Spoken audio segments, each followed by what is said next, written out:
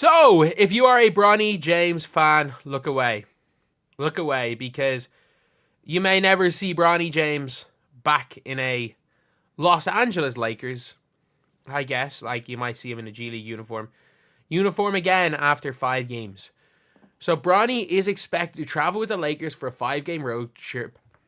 And then we'll begin shuttling between the active roster and the franchise's G League affiliate. The second he goes down, he's not coming back up. Because when he goes down and averages 6 points a game, there's no way in hell they can justify bringing him back up. People saying here Bronny will be the biggest bust in NBA history. No, like, you're acting like Hasheem Thabeet didn't exist, Anthony Bennett didn't exist. And the problem is, like, this is best for his development. He's just never going to be good enough. Like, there's no amount of work that you can... There's basically... You just don't know.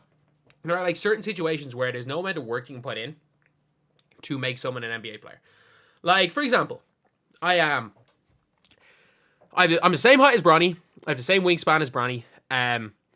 I could run 100 meters in 11 flat back in my non-fat days. I could do all that. And there is no amount of work I could have ever put in to be an NBA player. And realistically, that's the same with Bronny, unfortunately. He is 6'1", 6'7" wingspan, not freakishly quick. He's got a 40-inch vertical. Cool. Who doesn't in the NBA? What 6'1" guard doesn't have a 40-inch vertical?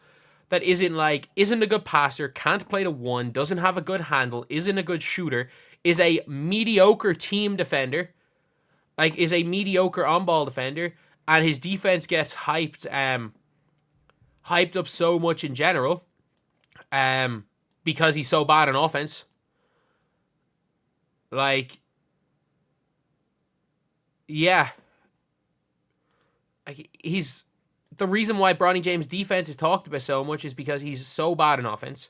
If he was a good offensive player, he would be seen as what he is, a mediocre defender. And that's just the reality of it all. Unfortunately, when it comes to Bronny James, that is just the reality of it all. And if you guys agree, subscribe. We're trying to hit 1,500 subscribers by the end of the day. We're trying to hit 2K by the end of the month. If we could do that, that would be absolutely insane.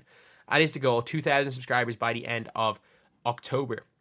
But at the same time, we have to just be honest when it comes to basketball players. Like, there are players where you're like, okay, they have potential and they might not reach it.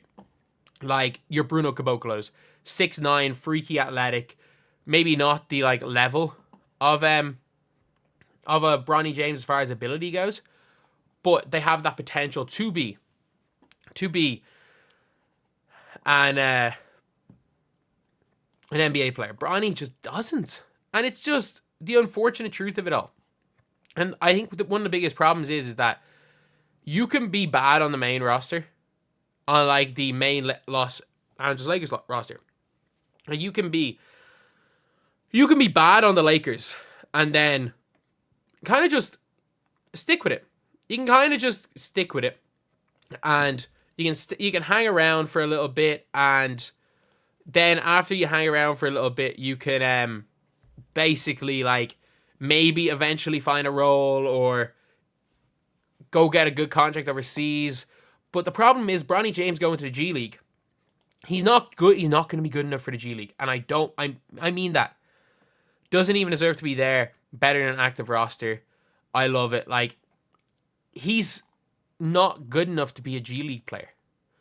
Like, there are better players than him at mid-majors. And there are better players than him finishing there. And I don't mean this, like, obviously Bronny James is much better than the standard of a Division III college player. Obviously. But there are D3 All-Americans. Like, do you guys remember the dude that played? He went to Harvard. Your man Spencer Freeman.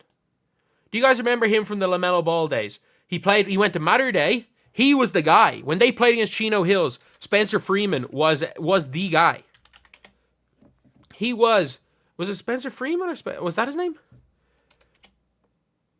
Spencer Friedman, sorry. He was the guy. He cooked, like, there's videos with millions of views being like, Spencer Friedman cooks Chino Hills. Jimmy High Roller has a video about him. Like, this guy, And he was National Player of the Year last year. He was meant to be the next Steve Nash. Like, if you want to look up this guy, this dude went Division 3, and I'm sorry. He's a better basketball player than Bronny James. Like, Spencer Friedman is a better basketball player than Bronny James, and he was D3. Saying that, he was the best player in the country at D3. But, like, that's what I mean, where it's like, he would not be the single best player if he played D3. Yes, he'd be too good in general to play D3, but he wouldn't be. That's just making a point where it's like, if he played in Division 2, he would be an All-American. But that's it. He would just be a D2 All-American. By his 4th year, maybe he wouldn't even be a D2 All-American. Like, I've seen better guys than him come over and play in Ireland. I've seen Sean Van Zandt, starting point guard for Butler when they played Kemba in 2011, come over and play in Ireland. 7th Woods played in Ireland last year, and 7th Woods was better in college than Bronny James. As crazy as that sounds, 7th Woods is better in college than Bronny James.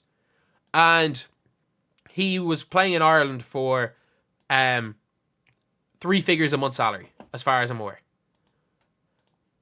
But, like, Bronny going down to the G League is basically going to be the end of his career, because he's going to go down to the G League and he's either going to score 8 points a game, or he's going to shoot the ball 25 times a game for 20 points.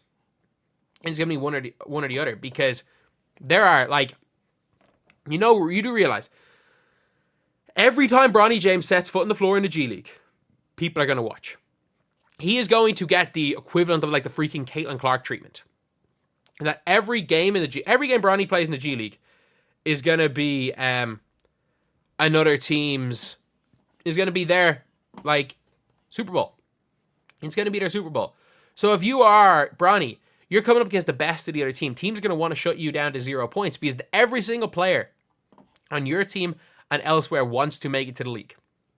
That's the issue with the G League, is that the one problem I have with the G League, obviously it's good for the young players, but for the older players in the G League, it basically preys on the quote-unquote dreams of players, where it's like their only dream is the NBA, and they think that the G League is their best chance of getting to the NBA, so they can pay these guys 5 figures a year when they could be making 7 figures in Europe a year, but they'll play for 5 figures because they want to keep the dream alive. And the reality is if you're a 30-year-old in the G League, you're not getting called up.